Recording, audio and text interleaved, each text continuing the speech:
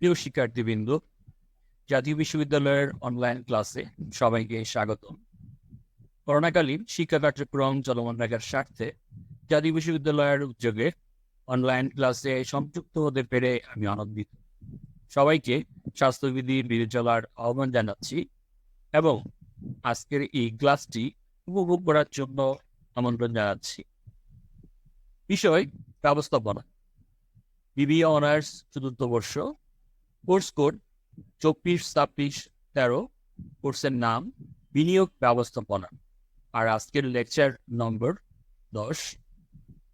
লেকচারের শিরোনাম বিনিয়োগ ব্যবস্থাপনার সপ্তম অধ্যায়, লভ্যাংশ নীতি এবং সংরক্ষিত মুনাফা।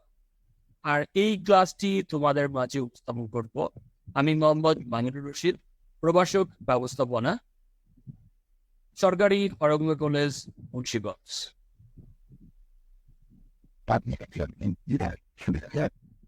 বিনিয়োগ ব্যবস্থাপনা এই কোর্সের জন্য যেই বইগুলো তোমরা পড়তে পারো তা এখানে দেওয়া রয়েছে। তোমরা ইংলিশ ভার্সনের যে বইগুলো রয়েছে সেগুলো ফলো করতে পারো এবং বাংলা মিডিয়ামের যে বইগুলো রয়েছে সেগুলোও তোমরা ফলো করতে পারো। তবে যেহেতু আমাদের থিওরি বাংলাতে লিখতে হয় পরীক্ষায়, সেজন্য বাংলা মিডিয়ামের কিছু বই তোমরা দিতে পারো। এছাড়া তোমাদের কোর্স রিলেটেড যে শিক্ষক থাকবেন তিনি যে বই রেফার করবে তুমি সেই বইটিও ফলো করতে পারো। শিক্ষণফল আমাদের আজকের আলোচনার মূল বিষয় সপ্তম অধ্যায় হচ্ছে লভ্যাংশ নীতি এবং মুনাফা সংরক্ষণ।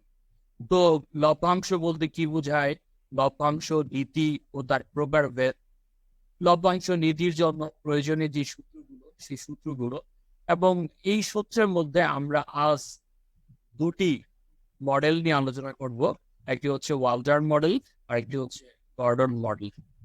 ওয়াল্টার মডেল এবং গর্ডন মডেলের যে গাণিতিক সমস্যাগুলো রয়েছে সেই গাণিতিক সমস্যা এবং তার সমাধান নিয়েও বিস্তারিত আলোচনা করা হবে।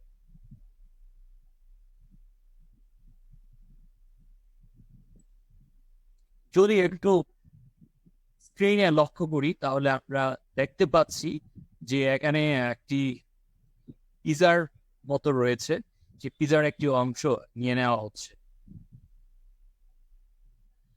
আবার এই জায়গার যে অংশটুকু থেকে তার যে অংশ সে তার অংশটুকু নিয়ে যাচ্ছে। মূলত এখানে আমরা একটা সিম্বল দেখতে পাচ্ছি, এটা হচ্ছে ডলার সাইন। তার মানে হচ্ছে এই যে জিনিসটি দেখতে পাচ্ছি সেটি মূলত ডিভিডেন্ডের কথা বলা হয়েছে এবং এই যে ব্যক্তি সে তার ডিভিডেন্ডটা নিয়ে যাচ্ছে।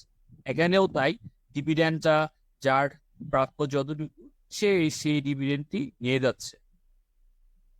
তাহলে আমাদের আজকের আলোচনার যে বিষয় সেটি হচ্ছে ডিভিডেন্ড। ডিভিডেন্ড হচ্ছে কি সেটি নিয়ে আমরা বিস্তারিত আলোচনা করব। ইতিমধ্যে তোমরা বুঝতে পারছো যে ডিভিডেন্ড হচ্ছে লাভের অংশ, আর লাভের অংশ শেয়ার হোল্ডাররা তারা গ্রহণ করে থাকে। লভ্যাংশ যৌথ মূলধনী কোম্পানির অর্জিত লাভের একটি অংশ যা শেয়ার হোল্ডারদের মধ্যে বন্টন করা হয় তাকে লভ্যাংশ বলে। যদি সহজভাবে বলি, লভ্যাংশ মানে হচ্ছে লাভের অংশ। কিসের লাভে? সেটি হচ্ছে যৌথ মূলধনী কোম্পানির অর্জিত লাভের একটি অংশ কাদের মধ্যে বন্টন করা হয়? Share holder. তোমরা জানো শেয়ার হোল্ডার হচ্ছে যৌথ মূলধনী কোম্পানির মালিক। আর কারা শেয়ার হোল্ডার? যারা শেয়ার ক্রয় করে তাদেরকে বলা হয় শেয়ার হোল্ডার। আর শেয়ার হোল্ডাররা কোম্পানির অর্জিত লাভের একটি অংশ নিয়ে থাকে। এটাই হচ্ছে লভ্যাংশ। যৌথ মূলধনী কোম্পানির প্রকৃত মালিক হচ্ছে শেয়ার হোল্ডারগণ। তারা কোম্পানি থেকে প্রতি বছর লাভ আশা করে। প্রতি বছর পরিচালক পর্ষদ যে পরিমাণ লাভ বিতরণের জন্য ঘোষণা করে তাই লভ্যাংশ বলে পরিচিত।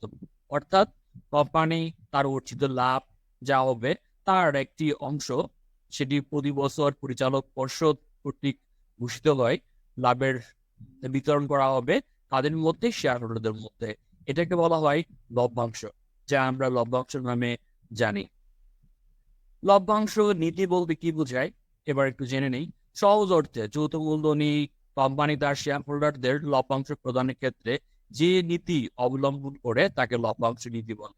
অর্থাৎ অর্জিত লাভের সবটুকু অংশই শেয়ার হোল্ডারদের মধ্যে বন্টিত হবে নাকি কিছু অংশ সংরক্ষিত করে রাখা হবে। তাহলে যেই একটা নীতি অবলম্বন করে কিন্তু করতে হয়, এই লভ্যাংশটা বন্টন করতে হয়। অর্থাৎ যৌথ মূলধনী কোম্পানি তার অর্জিত লাভ কতটা শেয়ার হোল্ডারদের মধ্যে বন্টন করবে আর কতটুকু সংরক্ষণ করবে সেই সম্পর্কে নির্ধারিত রূপরেখাই হচ্ছে লভ্যাংশ নীতি। অর্থাৎ আমি কতটুকু বন্টন করব আর কতটুকু রেখে দিব, এটা কোম্পানির তার ইচ্ছা মতো করলে হবে না, এটা কিন্তু তার একটা নির্দিষ্ট নীতিমালা থাকা উচিত। আর যে নীতির আলোকে এই লভ্যাংশ গুলো গঠন করা হচ্ছে সেটাই হচ্ছে লভ্যাংশ নীতির কথা। লভ্যাংশ নীতির যেই তত্ত্ব রয়েছে বা থিওরি রয়েছে সেটাকে মূলত দুটি ভাগে ভাগ করা হয়। একটি হচ্ছে প্রাসঙ্গিকতার তত্ত্ব, আরেকটি হচ্ছে অপ্রাসঙ্গিকতার তত্ত্ব। প্রাসঙ্গিকতার তত্ত্বর যে দুজন পণ্ডিত বা অর্থনীতিবিদ রয়েছে তাদের মধ্যে একজন হচ্ছে ওয়াল্টার, যেটি ওয়াল্টার মডেল নামে পরিচিত, আরেকটি হচ্ছে গর্ডন মডেল। আর অপ্রাসঙ্গিক তত্ত্ব এমএম মডেল, মোডি গ্লানি অ্যান্ড মিলার বিকশিত যে মডেল সেটি হচ্ছে এমএম মডেল।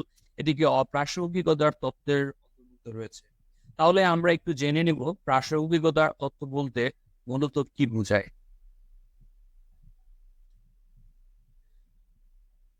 যে সকল তত্ত্বে বলা হয়েছে যে লভ্যাংশ ও ফার্মের মূল্য বা শেয়ারের মূল্যের মধ্যে সম্পর্ক আছে তাকে বলা হয় লভ্যাংশ নীতির প্রাসঙ্গিকতার তত্ত্ব। অর্থাৎ যদি কোনো প্রতিষ্ঠান লভ্যাংশ প্রদান করে থাকে তার ফলে তার ফার্মের মূল্য অথবা শেয়ারের মূল্যের পরিবর্তন হবে। পরিবর্তনের সাথে যে সম্পর্ক লভ্যাংশের এটিকে বলা হচ্ছে প্রাসঙ্গিকতার তত্ত্ব। এই তত্ত্বের প্রবক্তাগণের বক্তব্য হলো লভ্যাংশ নীতির বহুলাংশে প্রাসঙ্গিক। প্রাসঙ্গিক তত্ত্বের প্রবক্তা হলেন দুজন ব্যক্তি, দুজন মডেল আমরা যে আলোচনা করব। তার মধ্যে এক নম্বর হচ্ছে জে কে ওয়াল্টার, দুই নম্বর হচ্ছে এম জে গর্ডন। এই ওয়াল্টার এবং এম জে গর্ডন তারা এই দুজন পণ্ডিত তারা প্রাসঙ্গিকতার তত্ত্ব এই থিওরিটি দিয়েছে। তাহলে প্রাসঙ্গিকতার তত্ত্ব বলতে বোঝাচ্ছে অর্থাৎ যদি ডিভিডেন্ড দিয়ে থাকে তাহলে সেই ফার্মের বা মূল্যের পরিবর্তন হবে। লভ্যাংশের সাথে ফার্মের মূল্যের যে সম্পর্ক সেটা হচ্ছে প্রাসঙ্গিকতার তত্ত্ব।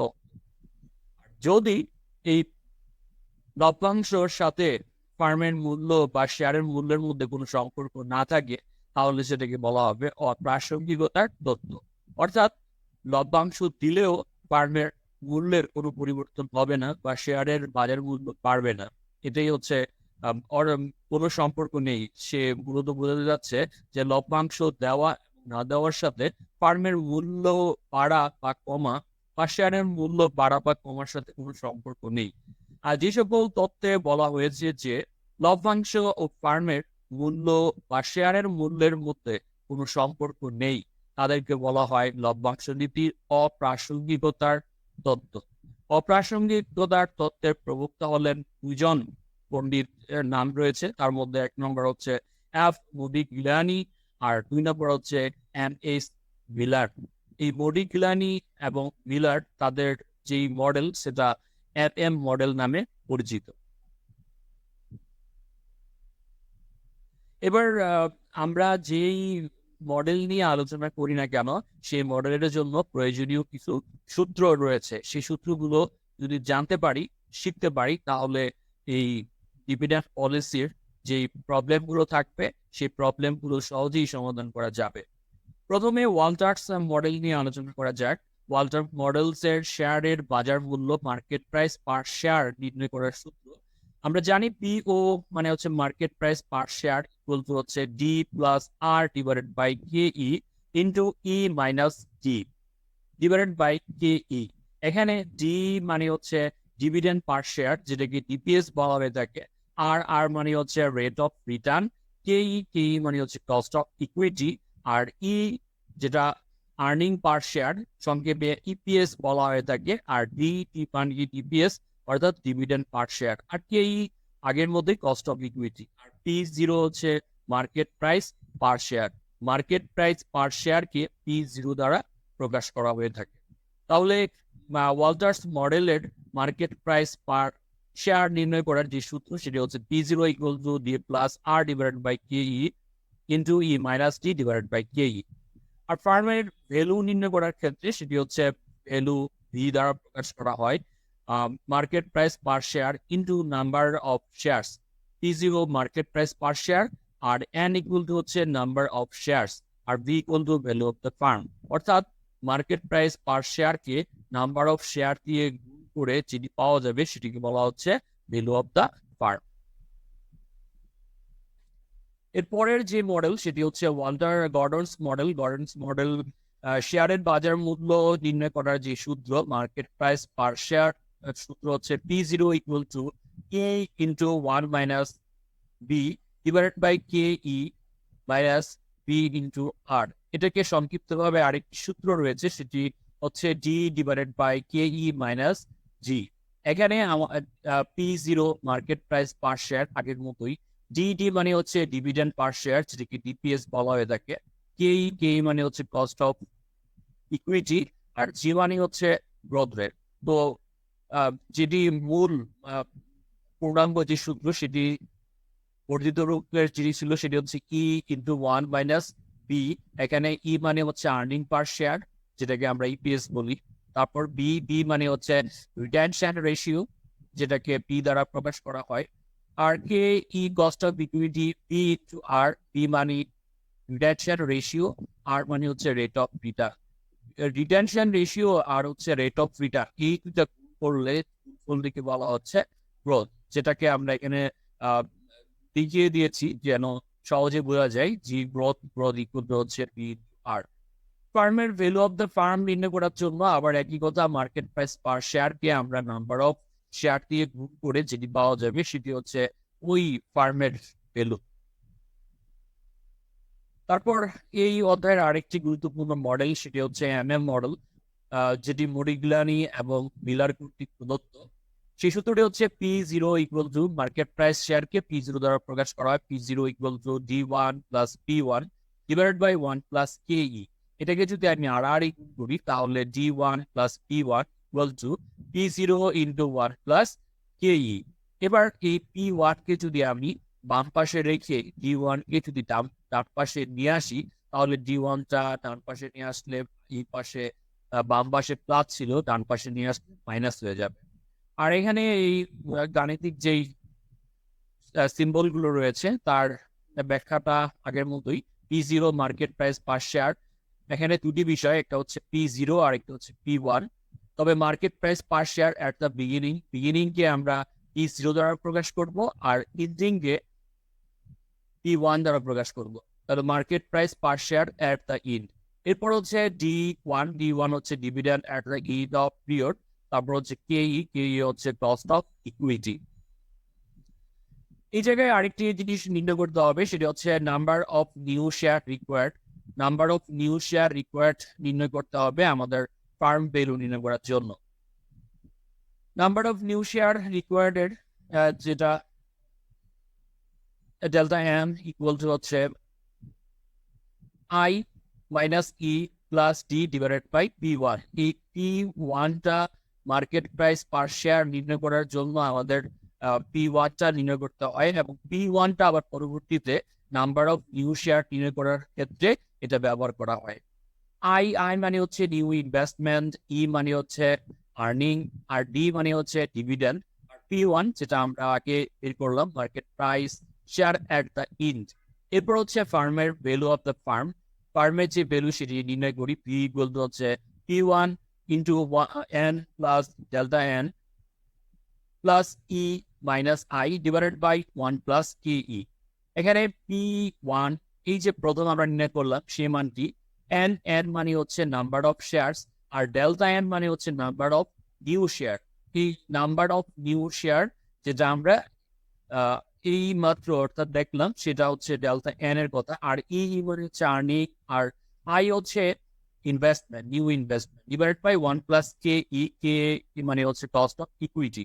অর্থাৎ ভ্যালু অফ দ্য ফার্ম নির্ণয় করার জন্য আমাদের নাম্বার অফ নিউ শেয়ার নির্ণয় করতে হবে, এবং নাম্বার অফ নিউ শেয়ার নির্ণয় করার জন্য market price per share at the E1 নির্ণয় করতে হয়।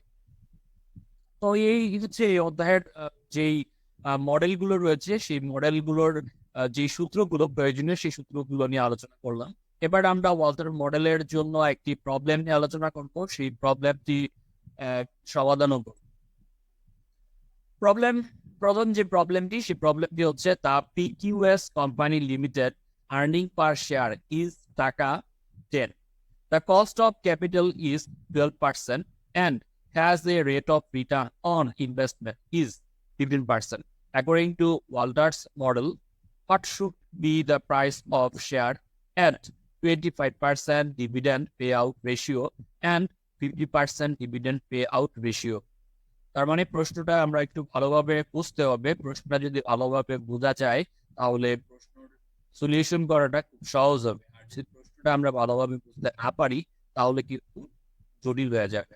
The PQS company limited earning per share, যেটাই আমরা বলেছিলাম ইপিএস, ইপিএস কে ই দ্বারা প্রকাশ করা হয়, তাহলে এই প্রশ্নে ইপিএস এর পরিমাণ হচ্ছে 10 টাকা। দ্য কস্ট অফ ইকুইটি, যেটাকে কে ই দ্বারা প্রকাশ করা হয়, কে ই হচ্ছে 12%। Rate of return on investment is 15%। Rate of রিটার্নকে আর দ্বারা প্রকাশ করা হয়, এই আর হচ্ছে 15%। According to Walters, the model, what should be the price of share at 25% dividend payout ratio? এখানে আমাদের ডিভিডেন্ডের পরিমাণটা দেওয়া নেই, তবে ডিভিডেন্ড পে আউট রেশিও দেওয়া রয়েছে। ডিভিডেন্ড পে আউট রেশিও ব্যবহার করে আমরা ডিভিডেন্ডটা নির্ণয় করব। তবে ডিভিডেন্ড পে আউট রেশিও এই প্রশ্নে 25% দিলে যে পরিমাণ বের হবে সেটা আবার 50% দিয়ে আরেকটা বের করে নিতে হবে। তার মানে হচ্ছে দুটি ডিভিডেন্ড পে আউট বের করে আমরা দুইবার এই ওয়ালটন মডেলস এর সূত্র প্রয়োগ করে মার্কেট প্রাইস পার শেয়ারটা নির্ণয় করব। তাহলে প্রথম আমরা 25% ডিভিডেন্ড পে আউট রেশিও দিয়ে ওয়ালটন মডেলস প্রয়োগ করে মার্কেট প্রাইস পার শেয়ারটা নির্ণয় করি। তাহলে মার্কেট প্রাইস পার শেয়ার হয় dividend pay out ratio is 25%। এখানে আমরা জানি যে সূত্রটি, সেই সূত্রটি হচ্ছে according to Walter model P0 equal to হচ্ছে D plus R divided by KE, E minus D divided by KE।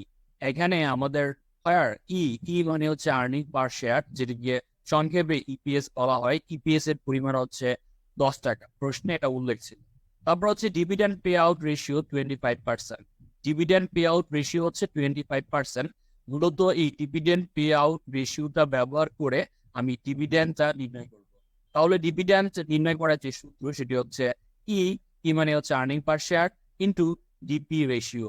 Earning per share ছিল 10 টাকা, এই 10 টাকার উপর 25% ডিভিডেন্ড পে আউট রেশিও ধরতে হবে, অর্থাৎ 10 টাকার উপর 25% ডিভিডেন্ড পে আউট করলে যেই পরিমাণ হবে সেটি হচ্ছে 2.5 টাকা। তার মানে হচ্ছে ডিভিডেন্ডের পরিমাণ হচ্ছে 2.5 টাকা। যদি প্রশ্নে আমাদের ডিভিডেন্ডটা দেওয়া থাকতো তাহলে আমাদের আর এটি বের করতে হতো না। যেহেতু এখানে ডিভিডেন্ড সরাসরি উল্লেখ নেই, রয়েছে ডিভিডেন্ড পে আউট রেশিও, সুতরাং ডিভিডেন্ড পে আউট রেশিও ব্যবহার করে আমরা ডিভিডেন্ডটা নির্ণয় করে নিলাম। এরপর হচ্ছে আর রেট অফ রিটার্ন প্রশ্নে দেওয়া ছিল 15%, তাহলে এই আর এর পরিমাণ হচ্ছে 0.15। আর কস্ট অফ ইকুইটি প্রশ্নে কস্ট অফ ইকুইটির পরিমাণ ছিল 12%, মানে 0.12। এরপর মার্কেট প্রাইস পার শেয়ার, যেটা আমরা নির্ণয় করি। আর মার্কেট প্রাইস পার শেয়ারের যে সূত্র সেটি according to Walter model D plus R divided by K E, E minus D divided by K E. এখানে এই ডি যেটা আমরা নির্ণয় করলাম 2.5, এই ডি এর পরিবর্তে 2.5 লিখব। আর রেট অফ রিটার্ন 0.15, এই জায়গায় আমরা 0.15 লিখবো। এরপর কস্ট অফ ইকুইটি প্রশ্নে দেওয়া ছিল 12%, অর্থাৎ 0.12। এখন এই কে এর পরিবর্তে 0.12 লিখবো। আবার ই 10 টাকা এবং ডিভিডেন্ড 2.5 টাকা। তাহলে নিচে যেটা ছিল সেটা কস্ট অফ ইকুইটি হচ্ছে 12%, 0.12 লিখবো। এখন আমরা যে কাজটি করবো সেটি হচ্ছে ক্যালকুলেটর ব্যবহার করে ভ্যালুটা বের করবো। তো 2.5 প্লাস 0.15 কে যদি 0.12 দিয়ে ভাগ করা হয় তাহলে ভাগ হবে 1.2। আর 10 থেকে যদি 2.5 মাইনাস করা হয় তাহলে যে বিয়োগফলটি হবে সেটি হচ্ছে 7.5। এবার 1.25 কে যদি 7.5 দিয়ে গুণ করি, সেই গুণফল সাথে 2.5 যোগ করতে হবে। যোগ করে ওই যোগফলকে পরবর্তীতে 0.12 দিয়ে ভাগ করতে হবে। করলে যে ভাগফলটি হবে সেটি হচ্ছে 98.958 টাকা। তার মানে হচ্ছে when dividend pay out ratio market price per share হচ্ছে 98 টাকা 95 পয়সা। কখন? যখন আমাদের ডিভিডেন্ড দেওয়া হচ্ছে 25%। একইভাবে এখন আমরা নির্ণয় করব কি আবার মার্কেট প্রাইস পার শেয়ার যখন ডিভিডেন্ড পে আউট রেশিও 50% হয়।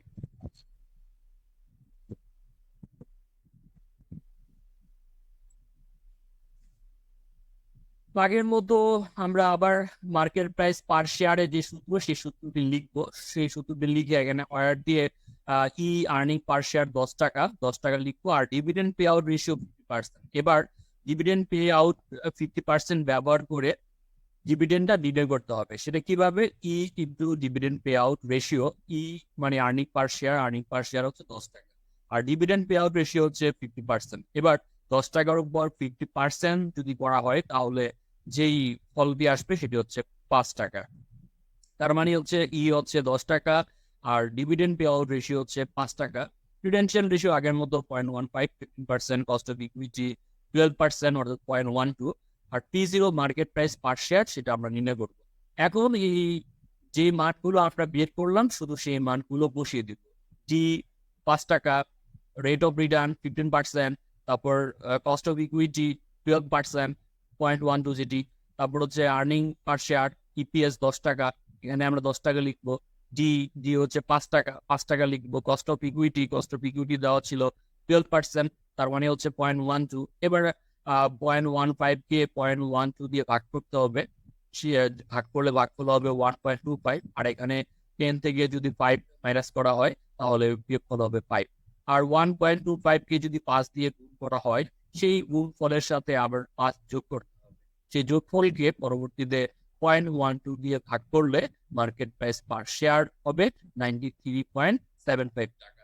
এখানে কিন্তু দুটি মার্কেট প্রাইস শেয়ার বের করলাম, একটা হচ্ছে 50% আর একটি হচ্ছে 25%। 25% যখন মার্কেট প্রাইস বের করলাম তখন ভ্যালু হচ্ছে 98.95, আর যখন 50% ছিল তখন হচ্ছে 93.75 টাকা। তো market price per share according to Walter model আমরা এটা শিখলাম। যদি এমন একটি প্রশ্ন তোমাদের বাসায় হোমওয়ার্কের জন্য দেওয়া হয়, আমি আশা করি তোমরা সেই প্রবলেমটি খুব সহজেই বাসায় করতে পারবে। আর যদি বুঝতে সমস্যা হয় তোমরা এই প্রবলেমটি যেভাবে সলিউশন করলো সেটি আবার দেখে নিতে পারো। আর তাও যদি বুঝতে না পারো তাহলে তোমরা সূত্রটি ভালোভাবে দেখবে এবং সেই সূত্রটি কিভাবে প্রয়োগ করা হয় সেটি জানবে, এরপর হোমওয়ার্কটি বাসায় করতে পারবে। The following data relate to Modern Company Limited. Earning per share 20 টাকা, আগে আর্নিং পার শেয়ার ছিল 10 টাকা আর এখন হচ্ছে আর্নিং পার শেয়ার 20 টাকা। ক্যাপিটালাইজেশন রেট, আগে ক্যাপিটালাইজেশন রেট ছিল 12%, 50%, এখনো 12%, এখন হচ্ছে 15%। পে আউট রেশিও 25%, একই কথা 25% যদি দেওয়া হয় আর একটি হচ্ছে 50% দেওয়া হয় তাহলে ডিভিডেন্ড পরিমাণটা নির্ণয় করে নিতে হবে সেটা। আর if the internal rate of return is 20%, যদি আমাদের ইন্টারনাল আর এর মান আগে ছিল 15%, এখন হচ্ছে 20% যদি হয় তাহলে determine the price of share under Walter model. Walter model ব্যবহার করে মার্কেট প্রাইস শেয়ারটা নির্ণয় করতে হবে। দুইটা মার্কেট প্রাইস শেয়ার বের হবে, when dividend payout ratio is 25%, আবার when dividend payout ratio 50%। তো দুটি ডিভিডেন্ড পে আউট রেশিও ব্যবহার করে তোমরা প্রবলেমটি সমাধান করবে। এবার আমাদের দ্বিতীয় যে প্রবলেম সেই প্রবলেমটিতে আলোচনা করি। The following data relate to Imtiaz company limited. Imtiaz company লিমিটেডের ডাটাগুলো নিচে দেওয়া রয়েছে। আর্নিং পার শেয়ার 20 টাকা, তোমরা বুঝতে পারতেছো আর্নিং পার শেয়ার মানে হচ্ছে এর পরিমাণ হচ্ছে 20 টাকা। ক্যাপিটালাইজেশন রেট 11%, এখানে ক্যাপিটালাইজেশন রেট মানে হচ্ছে কস্ট অফ ইকুইটি, কেই হচ্ছে 11%। রিটেনশন রেশিও 40%, আমাদের আগের প্রশ্নে ডিভিডেন্ড পে আউট রেশিও ছিল, এখন আমরা নতুন যেটি পেলাম সেটি হচ্ছে retention ratio. If the internal rate of return is 12%, 11% and 18%. Determine the price of the share under Walter model. Walter model ব্যবহার করে মার্কেট প্রাইস শেয়ার নির্ণয় করতে হবে। এখানে মার্কেট প্রাইস শেয়ার তিনটা নির্ণয় হবে। কেন? কারণ রেট অফ রিটার্ন যখন 12% হয় তখন মার্কেট প্রাইস শেয়ার কত হবে, আবার রেট অফ রিটার্ন 11% যখন হবে তখন মার্কেট প্রাইস শেয়ার কত টাকা হবে সেটি, আর রেট অফ রিটার্ন যখন আবার 8% হবে তখন মার্কেট প্রাইস অফ শেয়ার কত টাকা হবে সেটা নির্ণয় করতে হবে। তো আমরা যদি সূত্রটি ভালোভাবে শিখতে পারি তাহলে এই সমস্যাগুলো সহজেই সমাধান করতে পারবো। আর সূত্রটি কয়েকবার তোমরা খাতায় লিখে প্র্যাকটিস করবে এবং এই প্রবলেমগুলো যখন তুমি করতে করতে আস্তে আস্তে আবার সেগুলো তুমি আত্মস্থ করে তুলতে পারবে। Market price per share when rate is 12%, তাহলে প্রথম যে রেটটি ছিল সেটা হচ্ছে 12%। 12% ধরে যদি আমি করি তাহলে কি হবে?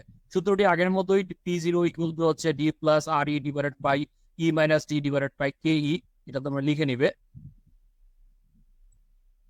আর্নিং পার শেয়ার 20 টাকা, রিটেনশন রেশিও 40%। এখন আমাদের ডিভিডেন্ডের পরিমাণটা এই জায়গায় ডিভিডেন্ডের পরিমাণটা লাগবে, তাহলে ডিভিডেন্ড পরিমাণটা নির্ণয় করতে হয় কি দিয়ে? ডিভিডেন্ড পে আউট রেশিও দিয়ে। কিন্তু এই প্রশ্নে ডিভিডেন্ড পে আউট রেশিও দেওয়া নেই, দেওয়া রয়েছে রিটেনশন রেশিও। তাহলে ডিভিডেন্ড পে আউট রেশিওটা আমরা কিভাবে নির্ণয় করবো সেটা খেয়াল করি। Dividend pay out ratio plus retention ratio equal to হচ্ছে 100%। তার মানে হচ্ছে রিটেনশন রেশিও যদি 40% হয়, ডিভিডেন্ড পে আউট রেশিও হবে 60%। সেটা কিভাবে? এই যে dividend pay out ratio equal to হচ্ছে 100% minus retention ratio. Retention ratio হচ্ছে 40%, অর্থাৎ 100 থেকে যদি 40% বাদ দিই তাহলে ডিভিডেন্ড পে আউট রেশিও হবে 60%। তাহলে এবার এই ডিভিডেন্ড পে আউট রেশিও ব্যবহার করে ডিভিডেন্ড নির্ণয় করতে হবে। সেটি কিভাবে? E into dividend pay out ratio. E এর মান হচ্ছে 20 টাকা আর ডিভিডেন্ড পে আউট রেশিও হচ্ছে 60%, অর্থাৎ 20 টাকার উপর যদি 60% করা হয় তাহলে ডিভিডেন্ডের পরিমাণ হবে কত টাকা? 12 টাকা। আর রেট অফ রিটার্ন প্রশ্ন অনুযায়ী আমাদের এই যে প্রশ্ন প্রথমটা ছিল সেটা হচ্ছে 12%, তাহলে এই আর এর মান হচ্ছে 12%। তারপর কস্ট অফ ইকুইটি 11%, তো এই যে 11% লিখলাম সেটা হচ্ছে 0.12 আর মার্কেট প্রাইস পার শেয়ার। এখন কি করবো? জাস্ট ভ্যালুগুলো বসাবো। এর পরিবর্তে 12 টাকা লিখবো। রেট অফ রিটার্ন 0.12, যেহেতু আমাদের এই প্রথম রিকোয়ারমেন্টই ছিল যখন রেট অফ রিটার্ন কি হবে? 12% হবে, তাহলে এই আর এর পরিবর্তে 0.12 লিখবো। কস্ট অফ ইকুইটি হচ্ছে 11%, তাহলে এখানে আমরা 0.12 লিখবো। তারপর হচ্ছে আর্নিং পার শেয়ার 20 টাকা, এখানে আমরা এর পরিবর্তে 20 টাকা লিখবো। আর টি 12 টাকা যেটা নির্ণয় করলাম সেই 12 টাকা লিখবো। আর কস্ট অফ ইকুইটি দিয়ে ভাগ করতে হবে, সেটি হচ্ছে 11%, অর্থাৎ 0.12। এবার জাস্ট ক্যালকুলেশন করতে হবে, এটা দিয়ে ভাগ করতে হবে, এই বিয়োগফল এর সাথে করতে হবে, সেই গুণফলটার সাথে আবার 12 যোগ করতে হবে, যোগ করে আবার 0.12 দিয়ে ভাগ করলে যেটা জলদি পাওয়া যাবে সেটা হচ্ছে 188.4297। অর্থাৎ যখন 12% রেট অফ রিটার্ন হয় তখন মার্কেট প্রাইস শেয়ার হচ্ছে 188.4297। এবার আমরা একইভাবে কি করব? Market price per share when rate is return 11%, যখন 11% হয় তখন কি হবে সেটা। তো এই জায়গায় আমাদের আগের মতো এই আর্নিং পার শেয়ার 20 টাকা সবই ঠিক থাকবে। তারপর হচ্ছে ডিভিডেন্ড তো 12 টাকা। রেট অফ রিটার্ন, এবার রেট অফ রিটার্নটা শুধুমাত্র চেঞ্জ হবে, 0.12 হবে। কস্ট অফ ইকুইটি 11%, এটাও 12 market price of per share. এখানে আমাদের ডিভিডেন্ডের শুধু এই আর এর মান কি পরিবর্তন হবে, আর আগের মতোই সব থাকবে। ডিভিডেন্ড 12 টাকা, রেট অফ রিটার্ন 0.11, যেহেতু এখানে 0.11 রয়েছে। কস্ট অফ ইকুইটি 11%, তাহলে 0.11 হবে। তারপর 20 থেকে 12 মাইনাস করতে হবে, এবার সেটাকে আবার 0.11 দিয়ে। তো এটা ক্যালকুলেশনটা তোমরা ক্যালকুলেটর ব্যবহার করে করবে। ক্যালকুলেটর ব্যবহার করলে নির্ভুল তোমরা করতে পারবে সহজেই, এই ক্যালকুলেটরের মান ব্যবহার করে করা যায়। তো এটা দিয়ে ভাগ করবে এবং এই বিয়োগফলকে গুণ করবে, সেটাকে আবার 12 দিয়ে যোগ করবে, যোগ করে আবার 0.12 দিয়ে ভাগ করলে যে ফলাফল দিয়ে আসবে সেটা হচ্ছে 181.8188।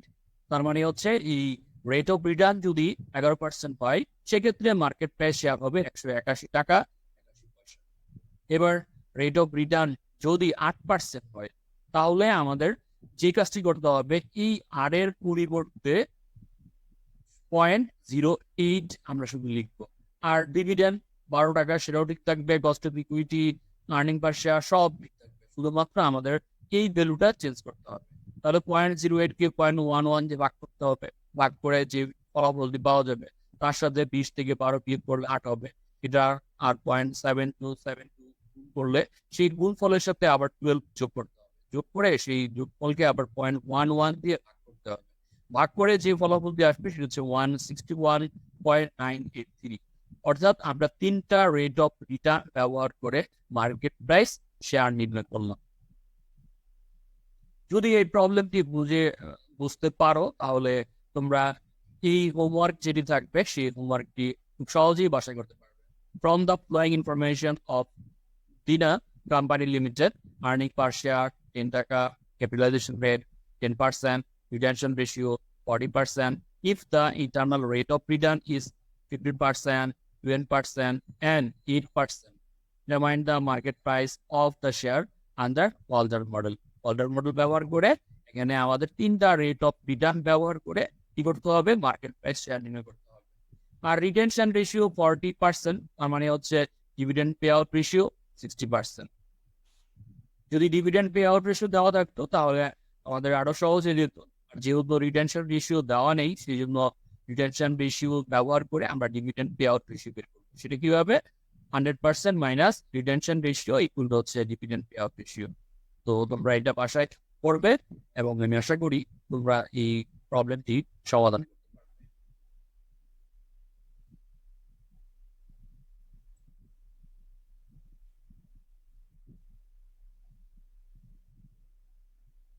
এখন আমরা পরবর্তী যে আরেকটি মডেল সেটি হচ্ছে গর্ডনস মডেল। গর্ডনস মডেল নিয়ে আলোচনা করবো। তো গর্ডনস মডেলের সূত্র যেটি সেটি তো ইতিমধ্যে আমরা আলোচনা করেছি। তারপর একটু দেখে নিই, P0 ইকুয়াল টু হচ্ছে E into 1 minus P divide by Ke minus R।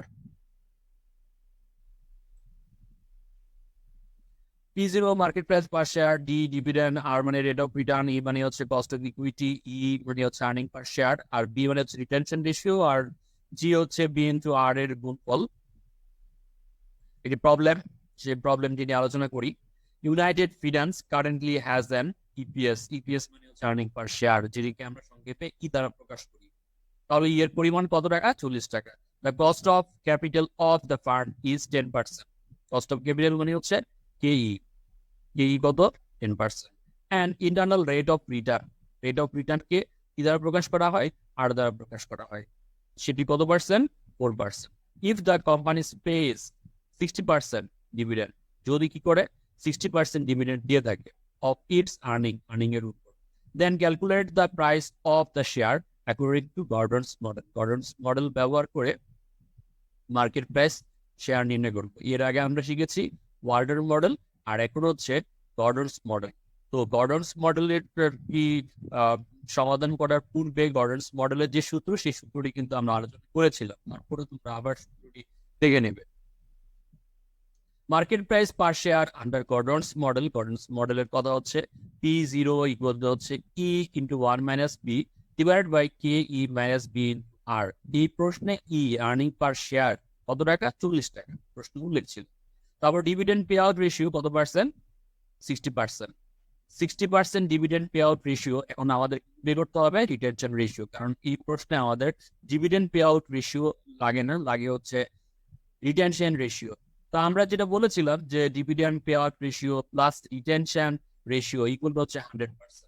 তার মানে হচ্ছে ডিভিডেন্ড পে আউট রেশিও যদি 60% হয় তাহলে রিটেনশন রেশিও হবে 40%। সেটি কিভাবে, 100% minus dividend pay out ratio equal to হচ্ছে retention ratio 40%। Cost of equity প্রশ্নে দেওয়াই ছিল 10%, rate of return 14%, market price share নির্ণয় করতে বলা হয়েছে, সেটা আমরা এখন নির্ণয় করছি। কিভাবে, এই যে সূত্র সেই সূত্রটিতে আমরা এখন মানগুলো শুধু বসাবো। ই আর্নিং পার শেয়ার কত টাকা, 40 টাকা, এখানে আমরা ই এর পরিবর্তে 40 টাকা লিখবো। তারপর 1 মাইনাস বি মানে হচ্ছে রিটেনশন রেশিও যেটা সেটা হচ্ছে 40%, তার মানে হচ্ছে 0.4। তারপর কস্ট অফ ইকুইটি হচ্ছে 10% মানে হচ্ছে 0.10 minus P into R, P মানে রিটেনশন রেশিও কত পার্সেন্ট? 40%, 0.4 কিন্তু আর মানে হচ্ছে রেট অফ রিটার্ন হচ্ছে 14%, 0.1। এবার 1 থেকে যদি 0.4 মাইনাস করা হয় তাহলে বিয়োগফল হবে 0.6, আর এখানে 0.4 ইন্টু 0.14 এই দুটাকে যদি গুণ করি তাহলে গুণফল হবে 0.056। এবার 40 কে যদি 0.6 দিয়ে গুণ করা হয় তাহলে গুণফল হবে 24, আর নিচে 0.10 কে যদি 0.056 মাইনাস করি তাহলে যে বিয়োগফলটি হবে সেটা হচ্ছে 0.044। এবার 24 কে যদি 0.044 দিয়ে ভাগ করা হয় তাহলে যে ভাগফলটি হবে সেটা হচ্ছে 545.45 টাকা। তাহলে market price per share under Gordon's model অনুযায়ী কত টাকা হলো? 545 টাকা 45 পয়সা। এই প্রবলেমটি যদি বুঝে থাকো তাহলে তোমাদের জন্য একটি হোমওয়ার্ক থাকবে, সেই হোমওয়ার্কটি তোমরা বাসায় করবে। যদি আগের প্রবলেমটি বুঝতে পারো তাহলে এই প্রবলেমটি তুমি সহজেই করতে পারবে। The following data related to Modern Company Limited: earning per share 20 টাকা, capitalization 15%, payout ratio 25%। এখানে payout ratio মানে dividend payout ratio, তাহলে dividend payout ratio যদি 25% হয়, retention ratio কত? 75%। আবার যদি 50% হয় তাহলে retention ratio হবে কত? 50%। If the internal rate of return is 15%, মানে আর হচ্ছে কত? 15%. Determine the price of the share under Gordon's model. Gordon's model অনুযায়ী মার্কেট প্রাইস শেয়ার নির্ণয় করতে হবে। এখানে কিন্তু মার্কেট প্রাইস শেয়ার দুইটা বের করতে হবে। যখন ডিভিডেন্ড পে আউট রেশিও 25% তখন একটি বের করতে হবে, আবার যখন ডিভিডেন্ড পে আউট রেশিও 50% তখন আরেকটি মান বের করতে হবে। আগের মতোই 25% দিয়ে তোমরা rate dividend pay out ratio 25% সেটা ব্যবহার করে করবে, আবার 50% সেটা ব্যবহার করে করবে। তাহলে সূত্রটি যদি জানো তাহলে কিন্তু এটি সহজে করতে পারবে। E into 1 minus P divided by K E minus P R. তাহলে ই কত টাকা? এই প্রশ্নে 20 টাকা। তাহলে তোমরা কত টাকা লিখবে? এই জায়গায় 20 টাকা লিখবে। 1 মাইনাস পি, পি কত? রিটেনশন রেশিও এখানে দেওয়া নেই, বের করে নিতে হবে। অর্থাৎ ডিভিডেন্ড পে আউট রেশিও 25%, তার মানে রিটেনশন রেশিও হচ্ছে 75%। তাহলে এই জায়গায় তোমরা কি করবে? এই বি এর পরিবর্তে 0.75 লিখবে। তারপর কস্ট অফ ইকুইটি কত? ক্যাপিটালাইজেশন রেট 15%, এই জায়গায় কস্ট অফ ইকুইটি 15% লিখবে।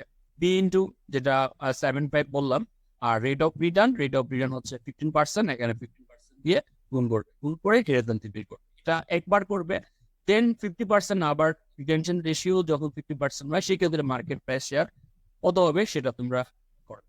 তো এই হোমওয়ার্কটি তোমরা বাসায় নিশ্চয়ই করতে পারবে, আমি আশা করি। এবার আরেকটি প্রবলেম দেখি। The following data relate two Imtiaz company limited. Imtiaz company লিমিটেডের তথ্যগুলো নিচে দেওয়া রয়েছে। আর্নিং পার শেয়ার 20 টাকা, capitalisation rate 11%, retention ratio 40%, if the internal rate of return is 12%, 11%, and 8%. Determine the price of the share under Gordon's model. Gordon's model অনুযায়ী market price share নির্ণয় করতে বলা হয়েছে। এখানে আমাদের গর্ডনস মডেলের যা যা লাগে সেটি হচ্ছে আর্নিং পার শেয়ার ই 20 টাকা, ক্যাপিটালাইজেশন রেট সেটাও দেওয়া রয়েছে, রিটেনশন রেশিও সেটাও দেওয়া রয়েছে, শুধু সবই দেওয়া রয়েছে রেট অফ রিটার্ন 12%। তাহলে এখানে আমাদের রেট অফ রিটার্ন কয়টা দেওয়া রয়েছে? 3টি দেওয়া রয়েছে। তাহলে আমাদের 3টি রেট অফ রিটার্ন ব্যবহার করে মার্কেট প্রাইস শেয়ার নির্ণয় করতে হবে। আর গর্ডনস মডেলের মার্কেট প্রাইস নির্ণয় করার জন্য যে সূত্রটি জানতে হবে সেটি হচ্ছে P0 equal to E into 1 minus P divided by KE minus B into R. তো এই প্রশ্নে ই আর্নিং পার শেয়ার কত টাকা? 20 টাকা। রিটেনশন রেশিও কত? 40%। কস্ট অফ ইকুইটি কত পার্সেন্ট? 11%। এখানে market price per share under Gordon's model when rate is কত পার্সেন্ট? 12%। 12% ব্যবহার করে আমরা করছি।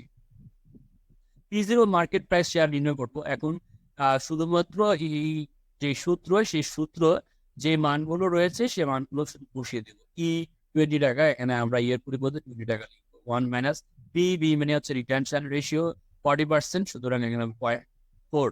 কস্ট অফ ইকুইটি কে হচ্ছে 11%, এখানে 0.11 লিখবো। মাইনাস বি ইন্টু আর, বি মানে হচ্ছে রিটেনশন রেশিও হচ্ছে 40%, তার মানে হচ্ছে 0.40। আর আর মানে হচ্ছে রেট অফ রিটার্ন, হচ্ছে 12%, মানে হচ্ছে 0.12। আগের মতোই 1 থেকে 0.4 যদি মাইনাস করি তাহলে যে বিয়োগ ফলটি হবে সেটা হচ্ছে 0.6। এবার 20 কে যদি 0.6 দিয়ে গুণ করি তাহলে ফল হবে 12। আর এখানে 0.4 এর সাথে 0.14 গুণ করতে হবে, গুণ করলে ফলটি হবে 0.048। এবার 0.11 থেকে যদি 0.048 মাইনাস করি, মাইনাস করলে যে বিয়োগ ফলটি হবে সেটা হচ্ছে 0.062। এবার 12 কে যদি 0.062 দিয়ে ভাগ করি তাহলে যে ভাগফলটি হবে সেটি হচ্ছে 193.548। তাহলে market price per share under Gordon's model when rate of return is 12%, তখন কত টাকা হয়? 193 টাকা 54 পয়সা। এবার আবার মার্কেট প্রাইস নির্ণয় করব যখন কত হবে? Rate of return 11%। তাহলে 11% ব্যবহার করে আবার করতে হবে, শুধুমাত্র এখানে আমাদের এই রেট অফ রিটার্নটা চেঞ্জ করতে হবে। অর্থাৎ এই আর এর জায়গায় আমরা আগে লিখেছিলাম 12%, এখন লিখবো 11%। এই শুধু কাজ, তেমন কোনো কাজ নেই। আগেও ছিল 20 টাকা, এখন 20 টাকা। রেট অফ রিটেনশন রেশিও 40% লিখবো। কস্ট অফ ইকুইটি 11%, এখানে 11% লিখবো। তারপর বি রিটেনশন রেশিও 40% লিখবো। আর রেট অফ রিটার্ন 11%। তারপর 1 থেকে 0.4 মাইনাস করলে 0.6 হবে। 20 গিয়ে 0.6 দিয়ে গুণ করতে হবে। এবার 0.4 গিয়ে 0.11 দিয়ে গুণ করলে হবে 0.044। এবার 20 কে যদি 0.6 দিয়ে গুণ করি তাহলে হবে 12। আর 0.11 থেকে মাইনাস করলে 0.04, তাহলে যে বিয়োগফলটি হবে সেটা হচ্ছে 0.066। এবার 12 কে যদি 0.066 দিয়ে ভাগ করা হয় তাহলে যে ভাগফলটি হবে সেটি হচ্ছে 181.82 টাকা। পরবর্তী আরেকটি রেট অফ রিটার্ন সেটা হচ্ছে 8%। যখন 8% হবে সেক্ষেত্রে কি হবে সেটা আমরা এবার দেখি। শুধুমাত্র আমাদের এই জায়গায় আর এর পরিবর্তনটাই হবে, আর বাকি সব আগের মধ্যেই থাকবে। অর্থাৎ এই আর আগে ছিল 12, তারপর হচ্ছে 11, এখন হচ্ছে 8%। তার মানে এই আর এর পরিবর্তে আমরা 0.08, আর আগের মধ্যে সব দেখবে 20 হবে। 1 থেকে 0.4 বাদ দিলে 0.6 হবে। তারপর হচ্ছে 0.11 minus B into R, P হচ্ছে 0.4, আর হচ্ছে 0.08 গুণ করলে গুণফল হবে 0.032। এবার 0.11 থেকে 0.032 মাইনাস করলে হবে 0.078। 12 কে যদি 0.078 দিয়ে ভাগ করি তাহলে যে ভাগফলটি হবে সেটি হচ্ছে 153.85 টাকা। তার মানে তিনটি রেট অফ রিটার্ন ব্যবহার করে মার্কেট প্রাইস পার শেয়ার নির্ণয় করলাম। Market price per share when rate of return is 8%, 8% a market price per share কত? 153 টাকা 85 পয়সা। তারপর market price share when rate of return 11%, কত টাকা? 181 টাকা। আর যখন 12% তখন মার্কেট প্রাইস শেয়ার হচ্ছে 193 টাকা। তো এটা ছিল গর্ডনস মডেলের রেট অফ রিটার্ন ব্যবহার করে আমরা গর্ডনস মডেলের তিনটি মান বের করলাম এই প্রবলেম অনুযায়ী। এরকম একটি প্রবলেম যদি তোমাদের বাসায় হোমওয়ার্ক জন্য দেওয়া হয়, আমি আশা করি তোমরা নিশ্চয়ই সেটি বাসায় করতে পারবে। তো যে হোমওয়ার্কটি সেটি হচ্ছে from the flowing information of Dina company limited, earning per share টাকা 10 টাকা, capitalisation rate 10%, retention ratio 40%, if the internal rate of return is 15%, 10%, and 8%. Determine the market price of the share under Gordon's model. Gordon's model অনুযায়ী কি করতে হবে? Market price share নির্ণয় করতে হবে। তো গর্ডনস মডেলে আমাদের earning per share, E capitalization, cost of equity, retention ratio, B rate of return. তিনটা রেট অফ রিটার্ন যখন 15% হয় তখন মার্কেট প্রাইস শেয়ার কত টাকা হবে, যখন 10% হয় তখন মার্কেট প্রাইস শেয়ার কত টাকা হবে, যখন 8% হয় তখন মার্কেট প্রাইস শেয়ার কত টাকা হবে সেটা আমরা নির্ণয় করবো।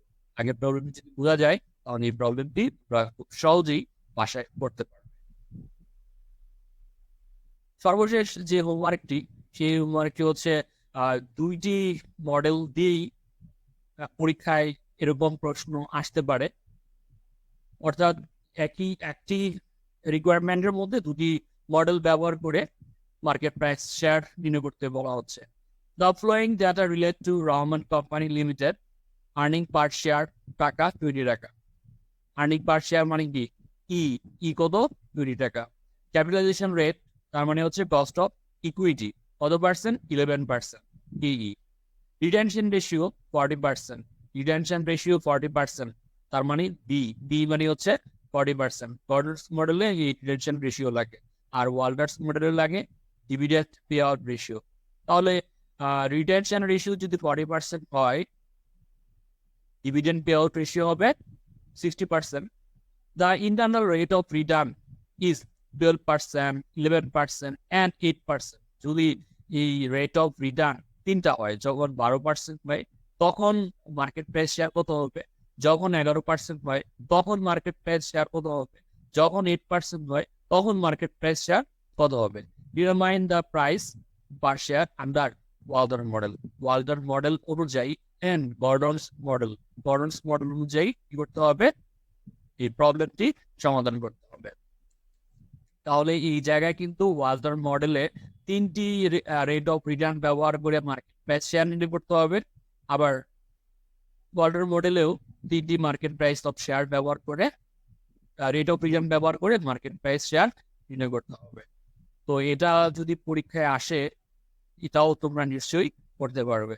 অর্থাৎ আগের যে দুটি মডেল আলোচনা করলাম, সেই দুটি মডেল একত্র করে প্রবলেম আকারে পরীক্ষায় আসতে পারে। মূলত পার্ট বি যদি আসে তাহলে ইন্ডিভিজুয়াল ওয়াল্টার মডেল চাপে অথবা গর্ডনস মডেল চাপে।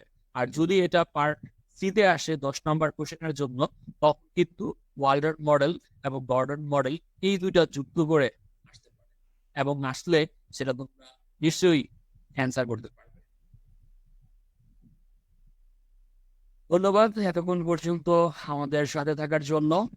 আশা করি আজকের ক্লাসটি তোমরা বুঝতে পেরেছো এবং বাসায় যে হোমওয়ার্কগুলো দেওয়া হচ্ছে সেই হোমওয়ার্কগুলো তোমরা করতে পারো।